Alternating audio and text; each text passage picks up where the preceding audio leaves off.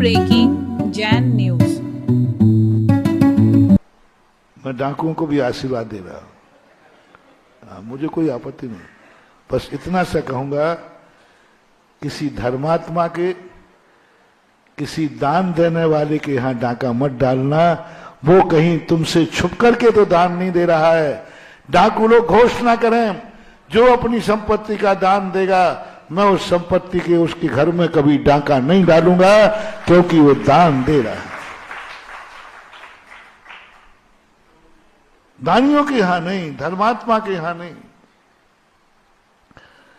जिसने दान के लिए पैसा कमाया है, जिसका पैसा दान के लिए है, परोपकार के लिए है, तुम्हें पता चल जाए कि ये दान के लिए पैसा कमा रहा है, उसके यहां जाने के बाद भी डाका मत डालना। नहीं तो तुम्हारी डाकियत इतनी खतरनाक होगी कि तुम जेल में सड़ोगे, इतनी महामुक्ति हो जाए। और आज तीसरी जो बात समझ में आ रही है, जो प्रसंग में आई, महानुभाव, आप लोगों को बस एक ही प्रयास करना है। आज का मोटिवेशन, आज का मंत्र, आज का सूत्र, यदि तुम राजा हो, यदि तुम विधायक सांसद हो, कलेक्टर कमिश्नर हो, तो एक बात, तुम कितने बड़े हो, जिस चीज में तुम बड़े हो, बस एक चीज होना, धर्मात्मा को भय से मुक्त कर देना। किसी धर्मात्मा को मुझसे डरने की जरूरत बस इतना कर देना। किसी धर्मात्मा को डाकू घोषणा कर दे, कोई मेरे से डरने की जरूरत नहीं। एक डाकू ने घोषणा की थी, सन 1977-78 की घटना है लगभग, नैनागिर की घटना है। पूज्य गुरुदेव, आसान आगे पीछे हो सकता है। नैनागिर के लोग, बहुत सारे लोग, दलपतपुर के, बंडा के, महाराज जी यहीं चतुर्मास करो, आपको जंगल ज्यादा पसंद है, और वो जंगल है ही, पसंद भी था। आचार्य सिंह ने सुन रखा था, बोले नहीं मैं यहां चतुर्मास नहीं कर पाऊंगा, हमारे पसंद का क्षेत्र तो है, लेकिन यहां डाकुओं का आतंक है। डाकू हरि सिंह बहुत खतरनाक डाकू था, और डाकुओं का आतंक है यहां। और हम यहां धर्म ध्यान करेंगे, आए दिन लुटेंगे यात्री, तो हमें भी क्लेश होगा, मेरे कारण से लोग लुटेंगे। और डाकू हरि सिंह वहीं बैठा है, कुर्ता पजामा पहन के आपके साथ में, और वो आया था लूटने के लिए। महाराज आए हैं तो सेठ लोग जरूर आएंगे, महाराज आए हैं तो वैसे तो बनिया यहां आएंगे नहीं। अब महाराज आएंगे तो सेठ लोग आएंगे, और पूरी गैंग की साथ तैयारी से आया था कि महाराज के पास दलपतपुर, बंडे आदि के सेठ आएंगे और इनको हमें अपहरण करना है। वो अपहरण करने के लिए आया था, किसी सेठ को उठाने आया था। जैसे ये मंदिर से बाहर जाएंगे, उसको क्या कर लेंगे, अपहरण कर लेते थे। और जैसे, क्या गजब का, देखो, जैसे ही आचार्य महाराज ने कहा कि नहीं मैं चतुर्मास नहीं कर पाऊंगा, क्योंकि यहां डाकुओं का आतंक है। होनहार देखना, बुरे लोगों में अच्छाई कैसे छुपी रहती है, कैसे बुरे लोगों में भी कोई ना कोई अच्छाई है। उसको ऐसी टीस लगी, एक साधु साधना का स्थल मात्र मेरे कारण छोड़ रहा है। नहीं, वो तुरंत उसमें से उठ गया और जाकर माली को पकड़ा, और माली को बुला के कहा, तुम जाओ महाराज से और कमेटी से कहना, महाराज आचार्य प्रमाण देना, महाराज कहाँ बैठे थे? 11 नंबर मंदिर के यहाँ बैठे थे। इतने उतने वहां लोग बैठे थे, बंडा के इतने थे, दलपतपुर के इतने थे, उसी बीच में हम लोग भी थे, मैं भी था। और आचार्य महाराज साधु ने यह कहा है कि डाकुओं के कारण, तो महाराज से जाके कह देना महाराज का चतुर्मास यहीं करें, गारंटी लेती। डाकू हरि सिंह वचन देता है 4 महीने किसी की एक सुई भी नहीं गिनी, किसी को कष्ट नहीं होगा। साधु भली अपने वचन से मुकर जाए, लेकिन अच्छे डाकू होते ना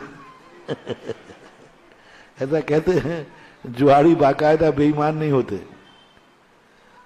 वचन है डाकू हरि सिंह का। आचार्य से भी इतना विश्वास भक्तों पे नहीं करते थे।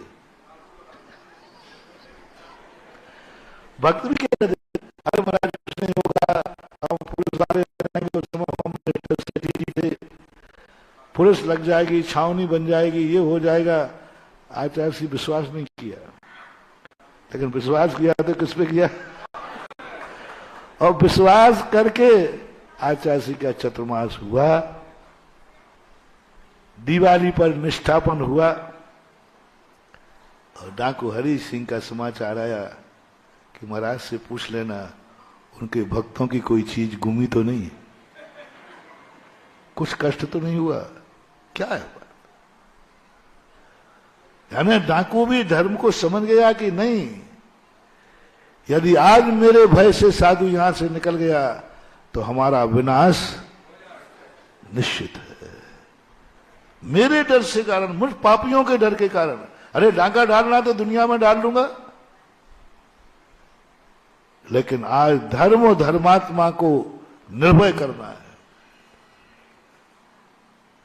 बोलो उसने कितना अच्छा काम किया।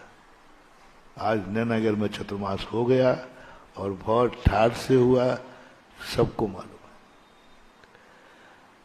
तो मेरा डाकुओं से कहना है तुम डाका छोड़ो या नहीं छोड़ो, बस धर्मात्मा को निर्भय कर दो कि हम धर्मात्मा के घर में कितने ही तुम दान दोगे, हमारी तुम्हारे धन पर कभी नीयत खराब नहीं।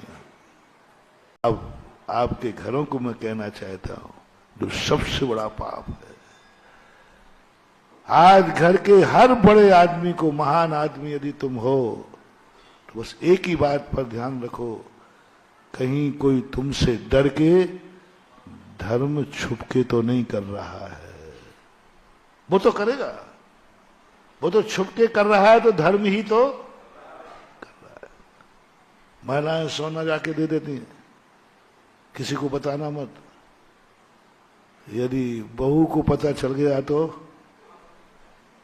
रोटी बंद हो जाएगी। बहू भी चोरी से देती है। महाराज सासू माँ को पता चल गया तो तेरे साथ भी ऐसा होता होगा।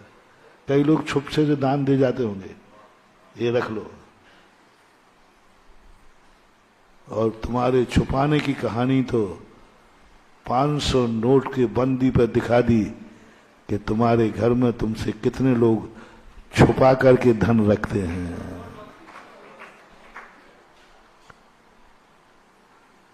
छुपा के धन रखा जा रहा है। किनसे छुपाया जा रहा है? किनसे छुपाया जा रहा है? झूठ नहीं बोलो तो आपसे पूछ लो, घर में अटैचियों में, अलमारियों में ताले लगे हैं, किसके लिए? झूठ बोले कौआ काटे। तिजोरी में ताला लगा है, बाप लगा रहा है बेटे के लिए, भाई लगा रहा है भाई के लिए, सासू लगा रही है। किसी दिन चाबी छूट जाए और सासू मंदिर आ जाए और यार चाबी तो अब हो गए खत्म, आज तो चाबी छूट गई, बहू पूरा साफ कर देगी। तो बहू है वो तेरी के डाकन है।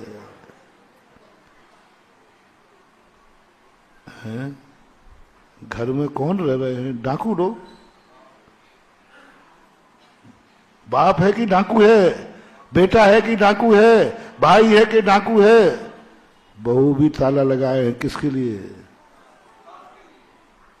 सासू के लिए। क्या होगा इस कलयुग का? कैसे होगी सिद्धियां? कैसे फलेंगे हम लोगों के आशीर्वाद? जिस घर में घर के लोगों के लिए ही ताले डलते हैं, वे घर के कुटुंबी नहीं हैं, वे सब डाकू हैं, जो डाकू मिलकर के एक साथ रहते हैं, तो एक दूसरे के लिए ताले लगते हैं। डाके डल रहे हैं, किसके लिए हो रहा है भाई? किसके लिए ताले लग रहे हैं? ताला लगाने वाले को बुरा नहीं कह रहा हूं, हाँ, नहीं तो आज ताला नहीं लगाओ तो आज ही कबाड़ा हो जाए।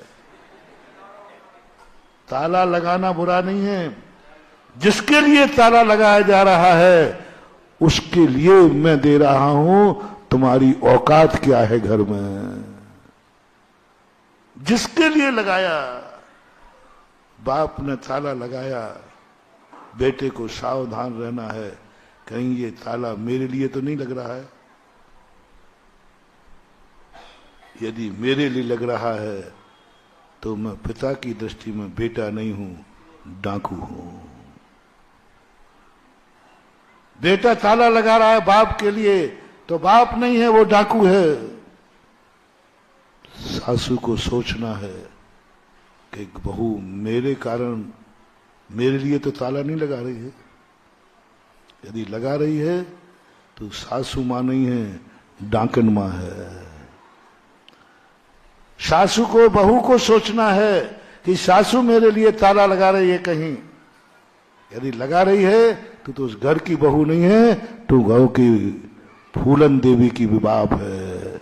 डाकू है तू, क्योंकि सासू ने तुझे ताला लगाया है। मैं अपने भक्तों से कहना चाहूंगा, दुनिया में नहीं, मेरा भक्त कम से कम घर में डाकू बन के मत रहना।